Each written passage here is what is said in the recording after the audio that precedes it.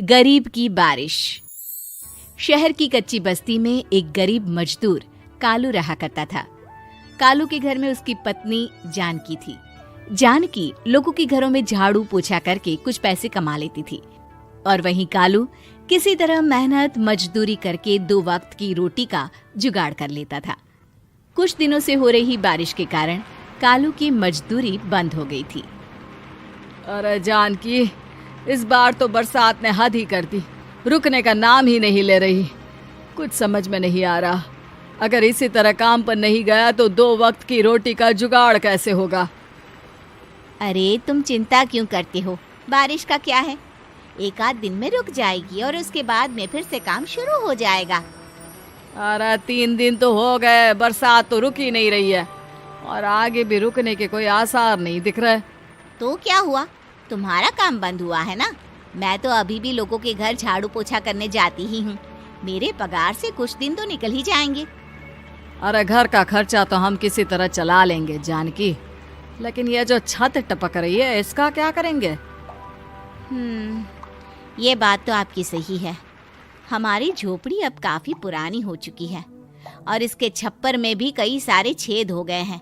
रात भर पानी टपकता रहता है। अरे मैं भी इसी बात से बहुत परेशान रहता हूँ। कहीं किसी दिन ज्यादा बारिश आ गई तो हमारी झोपड़ी टूटकर बिखर ना जाए। राम राम राम, ऐसी अशुभ बातें क्यों करते हो। अरे ऐसा कुछ नहीं होने वाला। ये झोपड़ी ही तो हमारा सब कुछ है। अगर यही नहीं रही तो हम जाएंगे कहाँ। ठीक है जानकी, जब तुम्हारी पगार मिल जाएगी तो कुछ पैसे बचाकर झोपड़ी के छप्पर की मरम्मत करवा लेंगे। शायद हमारी परेशानी कुछ कम हो जाए। ठीक है जी, अब ना ज्यादा परेशान मत हो। ये लो खाना खा लो और सो जाओ, सुबह मुझे भी जल्दी काम पर जाना है। जानकी और कालू अपनी झोपड़ी में सो गए। रात को अचानक से बहुत तेज बारिश शुरू हो गई। धीरे धीरे बारिश का पानी कालू की बस्ती में भरने लगा। पानी भरते भरते झोपड़ी के बाहर तक पहुंच गया था। सुबह के वक्त जब कालू और जानकी सोकर उठे, हे भगवान, ये क्या हो गया। बारिश का पानी तो हमारे घरों तक पहुंच चुका है। अब मैं काम पर कैसे जाऊंगी। रहने दो जानकी, तुम आज काम पर मत जाओ। ऐसे पानी से निकल कर जाओगी और बीमार पड़ गई तो लेने के देने पड़ जाएंगे। लेकिन अगर नहीं गई तो मालकिन लोग नाराज हो जाएंगे। आप जानते हैं ना, बड़ी मुश्किल से 1 दिन की छुट्टी भी नहीं देती है। अरे लेकिन जान की झोपड़ी के बाहर तो पूरी बस्ती में पानी भरा है, तुम जाओगी कैसे।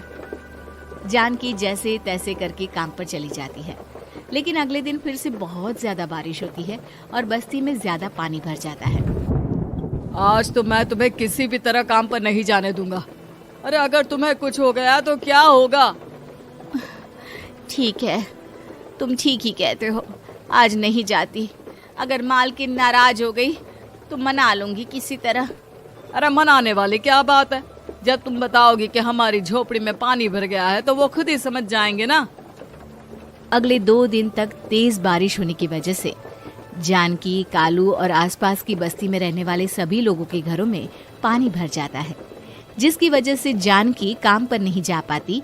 और 3 दिन के बाद जैसे ही जानकी काम पर पहुंचती है, कहाँ थी तुम? पिछले 3 दिनों से काम पर क्यों नहीं आई? मेम साहब क्या बताऊं, इतनी ज्यादा बारिश हो रही थी, हमारी पूरी बस्ती में पानी भर गया है और उससे भी ज्यादा तो मेरी झोपड़ी के अंदर पानी भर गया। आप ही बताइए कैसे आती मैं। इसका मतलब ये हुआ कि बारिश होगी तो तुम काम पर नहीं आओगी। ना ना, मेरे कहने का ये मतलब नहीं था मेम साहब। तुम जानती भी हो 3 दिन से कितनी परेशानी हो रही है मुझे। सारा काम मुझे खुद करना पड़ा।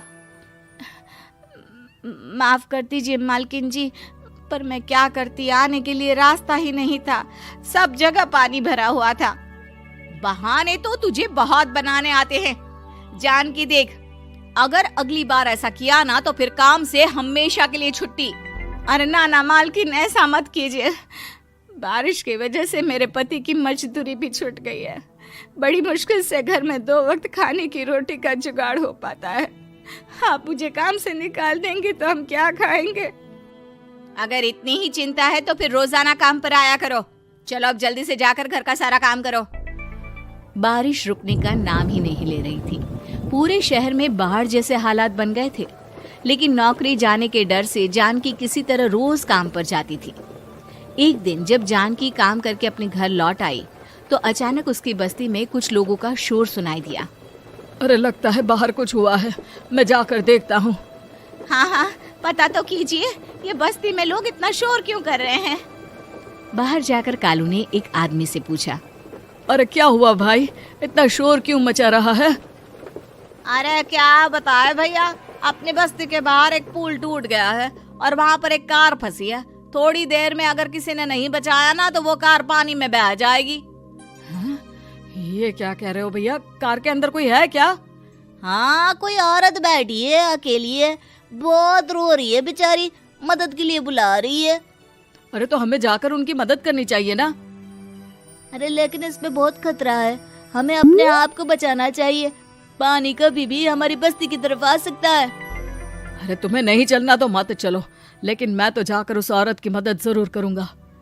कालू उस जगह पर पहुंचता है जहां वो औरत कार में फंसी हुई थी। वहां पर पानी का बहाव बहुत तेज था और सारा पानी कालू की बस्ती की तरफ ही आ रहा था। कालू ने एक बड़ी सी रस्सी को पेड़ से बांध दिया और दूसरे सिरे को कार की तरफ फेंक दिया और उस औरत को रस्सी के सहारे बाहर आने के लिए कहा। तभी वहां जानकी भी दौड़ती हुई आई। अरे ये तो मेरी मालकिन है, जिनके यहाँ मैं काम करने जाती हूँ। अरे मैडम जी, आप डरिएगा मत, आपको कुछ नहीं होगा। आपकी गाड़ी को भी मैंने रस्सी से बांध दिया है। थोड़ी देर में पानी का बहाव कम हो जाएगा, फिर हम आपकी कार को भी बाहर निकाल लेंगे। क्या तुम जानकी के पति हो? हाँ हाँ, जानकी मेरी ही पत्नी है, आपके यहाँ काम करती है ना। लेकिन मेम साहब, आप यहाँ पानी में कैसे फंस गई? अब क्या बताऊं, मैं अपनी सहेलियों के साथ पिकनिक पर गई थी, वहीं से लौट रही थी। अचानक पानी का बहाव तेज हो गया और मेरी गाड़ी फंस गई। अरे कोई बात नहीं मालकिन, अब ना आप बिल्कुल सुरक्षित हैं। मैं तो बहुत बुरी तरह डर गई थी, कब से मदद के लिए चिल्ला रही थी, लेकिन कोई मेरी मदद के लिए नहीं आया। भला हो तुम्हारा पति का जिसने मेरी जान बचा ली। लेकिन जानकी, मैंने तुम्हारे साथ बहुत गलत व्यवहार किया। इतने खराब मौसम और बाढ़ में भी तुम्हें काम पर आने के लिए कहा, नौकरी से निकालने की धमकी भी दी, और तुमने मेरी जान बचाई। मुझे माफ कर दो। अरे कोई बात नहीं मालकिन, आपकी जान बचाना तो हमारा धर्म था। देखो जानकी, तुम्हारी झोपड़ी में जो भी नुकसान हुआ है उसके लिए मैं तुम्हें पैसे दूंगी। आज तुम्हारे पति ने मेरी जान बचाई है और आज के बाद मैं तुम्हें कभी भी नौकरी से निकालने की धमकी नहीं दूंगी। आज मैं तुम्हारी परेशानी को अच्छी तरह समझ चुकी हूँ। हम जैसे पैसे वाले लोगों के लिए अपने घर में बैठकर बारिश का मजा लेना बहुत आसान है, लेकिन तुम गरीब लोगों के लिए बाढ़ और बारिश काफी परेशानी खड़ी कर देते हैं। ये बात मुझे आज अच्छी तरह समझ आ गई है। आपका बहुत बहुत धन्यवाद मालकिन।